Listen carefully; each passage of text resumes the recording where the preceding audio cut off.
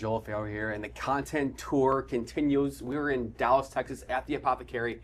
I am sitting here, we're talking about real estate and what's working, what's not with Brannon Potts. We were at the One Rental at a Time conference in Las Vegas, amazing event put on by Michael Zuber, and one of the speakers was Pace Morby, and he's known for the get into a deal with virtually nothing out of pocket. Right. So there's a lot of that, nothing wrong with that. That's one strategy that people have been successful at, and some people lose in different strategies. But taking that extreme example, what's your take on that type of a strategy compared to what you employ? I guess my take is because I've seen the other side of the foreclosure side.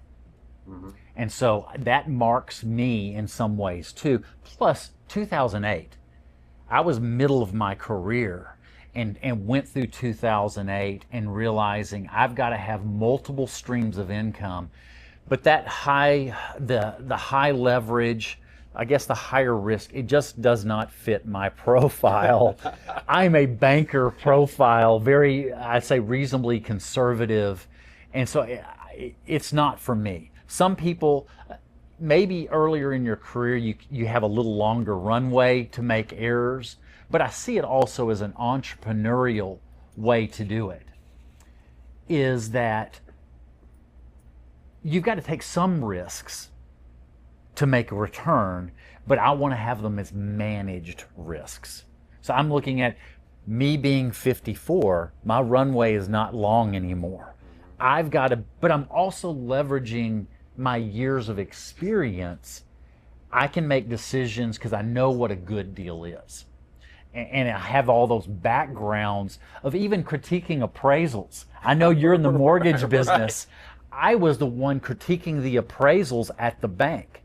So I'm able to look at an appraisal and tell you whether the appraiser did a good job by law, did they do the right things, or where they've made some errors. And I can argue it even with those appraisals. I know when it's a good appraisal and when it's a bad appraisal because I learned all those skills, really, a lot of it. It was an MBA on steroids, a practical MBA in banking that I'm leveraging today. So what you're saying is this is all inevitable. Yes. Based on your experience. But at the same time, other people can do this. We talked about this a while ago. Like people could do this, but people are not doing it. And the information that you're putting out there on social media, you're giving your blueprint out there for free. I am, and I had somebody say, Mark, our friend, he said, Brannon, you're a unicorn, and I appreciate the compliment. But where I went with it was where my passion is. I said, yeah, maybe so. But I'm trying to teach others to be a unicorn.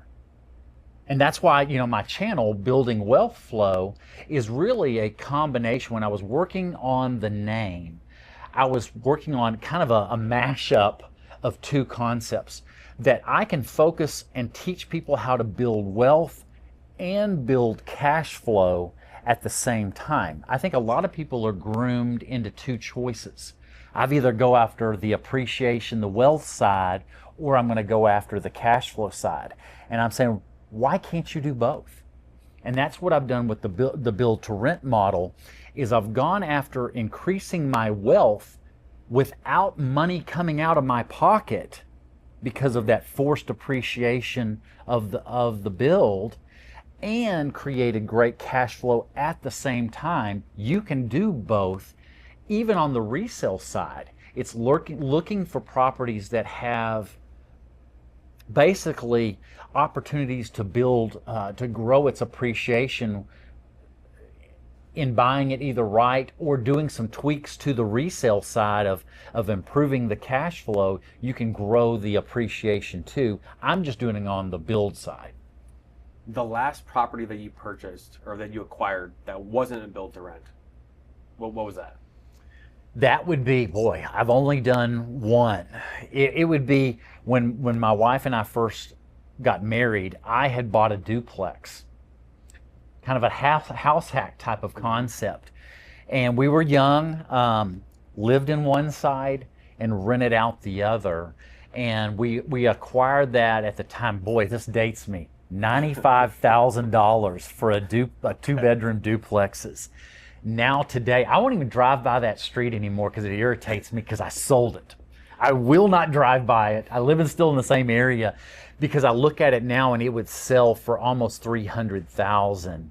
And that was probably the last one. So I did it as a house hack model. I sold it because we needed the money to build our next house.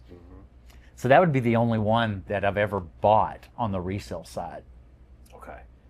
So if somebody was out there today listening to this and thinking, yes, I want to build wealth through real estate, I want to someday implement a strategy like this, they probably aren't going to start out the gate with a build to rent. Can you walk me through like what area, like what would somebody go out there and buy that would be similar, and then they can work their resources up? Like where would they begin? Similar to what I did is maybe you're going to work with a builder who's maybe building in a subdivision and maybe they're selling them, and you buy a floor plan. They've said, okay, this is the floor plan we want, and go through the process with the builder as they're building out that house.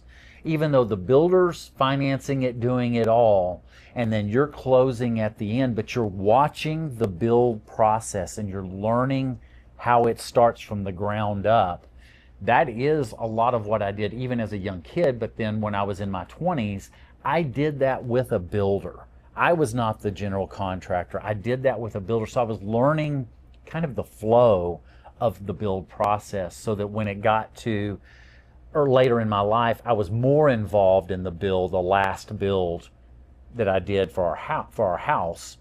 And then these now I'm extremely active. I'm still have a general contractor who handles the things that I don't want to handle, but I do some of the parts also. So it's a blend model because he's handling things that he has a stable of contractors.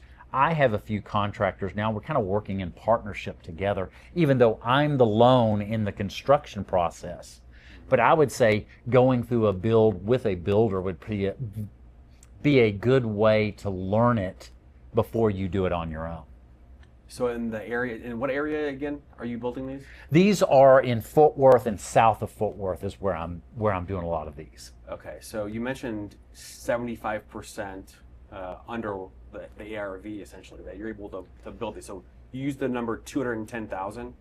So yes, so the latest ones, I'll talk about the ones that I completed last summer. Those I built at around 210.